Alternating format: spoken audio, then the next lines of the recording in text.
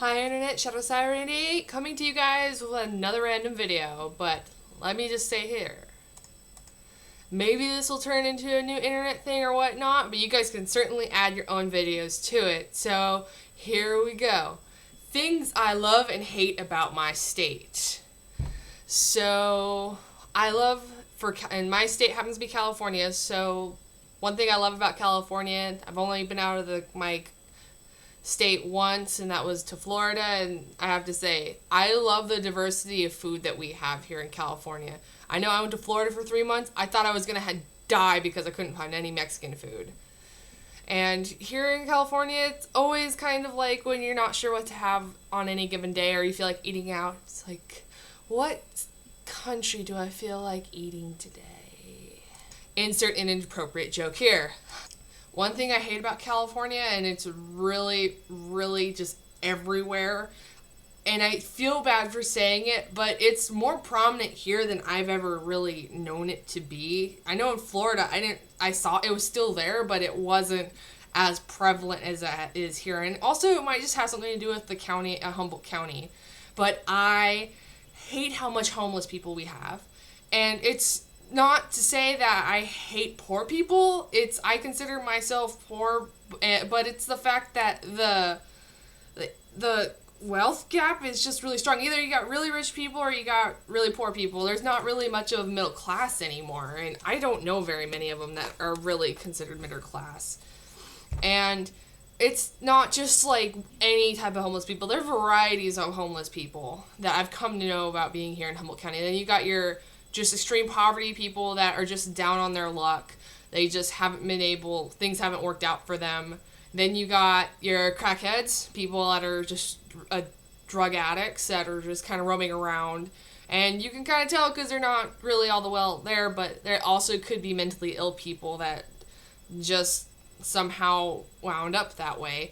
And that's the really hard part, is when somebody's either mentally ill or they're just tripping on drugs. It's hard to feel they make you nervous. It's like they make me nervous. I've had times where I've had friends. I've even had a family member get mugged by somebody. And another thing is, people here in Humboldt County, there are forms of homeless that are called transients, in that way that they actually decide to live by that lifestyle, where they just choose to live just kind of anywhere. And some of these people are pretty cool, but that's the way of life they choose. And they may even have tons of money and just choose to live that way. And they just kind of move around or just stay in the resident area that they're transient in, so they have access to all their stuff. And then, of course, the one major reason that I hate homeless people is because some of them are not authentically homeless. Some of them are actually just lazy people. Just today, I saw this large woman sitting on 2 milk crates in a shopping center right in front of a Rite Aid with a sign that says, "Could you spare $1?" And I have never seen her before, which is another thing. I'm willing to give to homeless people if I see them there on a regular basis. If they are always there and they got a really smile on their face and they're not really bothering too many people, I'll give them a few dollars, I'll give them food, whatever. Or if they are actually, like, performing, like they're singing or they're writing a song, hey, it's a performance, I'll give you money if you're trying. But if you do not look homeless and you have a cardboard sign and you're just asking for money, it does not look well, and I don't think you're going to get very much. Especially if you're an obese woman. I hate to be just a judge, but it doesn't really say to me that you're not getting enough. And especially if you're clean, you just look lazy. Like, I don't feel like working, I'm just going to sit in the corner and beg for money. Another thing I love about California, booze. When I was in Florida, I found out you couldn't get alcohol anywhere. You could only get hard liquor either at a bar or the liquor store, which was usually next to a bar. But here in California, if you want to go get gas in your car, you can get hard liquor. You want to go pick up drugs at the drugstore, get hard liquor. You want to go to the grocery store, pick up milk for your kids, get hard liquor. You can go anywhere and get booze. The thing that's kind of backwards, though, in Florida, you can have an open container anywhere. Here, you cannot be outside it's like, I dare say you could be on your porch barely with an open container. The cops could by like, hey, you need to put that away. Thing I hate about California, and I don't know if this is considered prejudice or not, but I was born and raised in the Valley, and I even hate these women. The Valley girls. Like, oh my god, did you see what she was wearing? That was totally not Louis Vuitton. Like, that was straight up just ghetto. I bet she got that shit at Ross. Like, oh my god, did you see the latest Justin Bieber show? Oh my god. Ew, do you see that? It's disgusting. What, is she a size 7? Ew. These California women are the bane of my existence. And so help me God, I've actually called a girl out. And it's like, you sound obnoxious when you talk like that. It's hard to say, but it's like, I come from the Valley. Not every girl in the Valley sounds like that. That's like, there's just like the 1% of just mentally just dysfunctional people that just think that looks cute and that's attractive. And no, I'm gonna stop. And one thing I love about California, because this is super funny, because people, when I went to visit people on the East Coast, they didn't even believe me when I told them about this, but we have I call them ghetto mobiles, but they're basically, they're kind of based on a lowrider, which lowriders are nice when they're done right, but it's like when it's in the transition to becoming like a full lowrider, then it's a ghetto mobile. When it's like a Buick or an older 80s sedan or Cadillac-like car, not even a real Cadillac, they're like the cheap versions, like an Oldsmobile or a Buick. And they actually have to cut the wheel wells out to fit the 24-inch wheels that they buy. And it's literally like these cars, they dragged out of a junkyard and decided to try and pimp them out. And it's just in the middle. So you have this really piece of crap car, duct tape, dents all over it, rust everywhere, cigarette burns in the seat, and it has 24-inch chrome lowrider wheels on it. Literally, the wheels and the tires on the car are worth more than the actual car.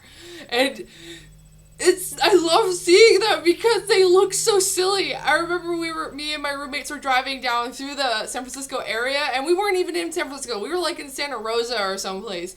And we saw one. It was in a Solera. It was a Ghetto-mobile Solera, and it was just so raunchy. We tried taking a picture, and the guy drove off all pissed off. But it's like, if you're gonna be that obnoxious, you gotta expect to get that type of publicity when people want to take a picture of your car and they're just kind of amused by it. And better yet, there's even different varieties of ghetto mobiles. I saw a Jeep Wrangler, like an off-roading vehicle with spinners and the really small tires on it. And it just looked such like a clown car. And the guy didn't have a cap on it. It was just a roll cage and a car, and then it had the spinners. And he was in the city, and I'm pretty sure that was San Jose area. And I just was... I love them. I'm going to honestly start taking pictures of them when I see them, just to make a photo album, just like, Ghetto Mobiles of California. And that way I can send them to my East Coast friends, and they will be like, they are true, it's not a myth. Are unicorns real now? And this hate is basically directed kind of earlier when I was talking about the poverty, but it's more the fact that the crime associated with the heavy poverty areas. Because I grew up in low-income areas, and the gangs and crime rate is just so bad. I remember my family could only afford to live right next to the railroad tracks, so literally if you're on the phone or anything, they can't hear you over the sound of the train, and it's just like this annual earthquake on a daily basis when the house shakes. And that's the cheapest housing you could afford in that area, in the Valley area. And where I lived was not essentially the worst part of town either. We were the old bad side of town, the old ghetto. And I say that because my cousin had lived there longer than me. He's about 20 to 30 years older than me, and he lived on that side of town during the 70s, early 80s, and that was the worst side of town. It's not so much anymore, but it's still pretty bad in the crime rate.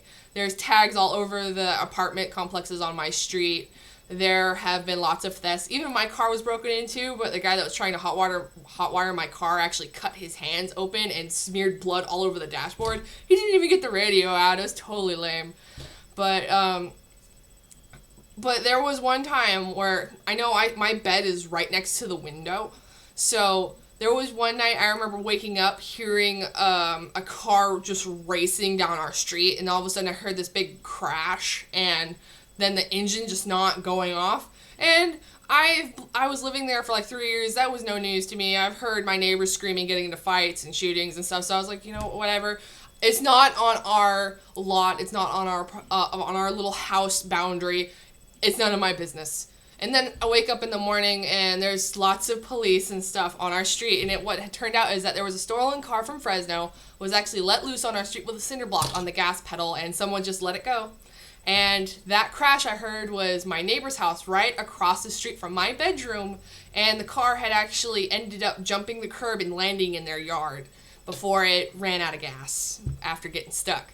And I'm just thinking to myself, I could have been hit by a car from where I was sleeping, but that's just how life goes. I got lucky and stuff happens, and I got to survive that and got the laughing giggle about it. So, and additionally to that, I also hate the road rage about California. There is so much road rage here, it's not even funny. Like, I've seen people raging at me.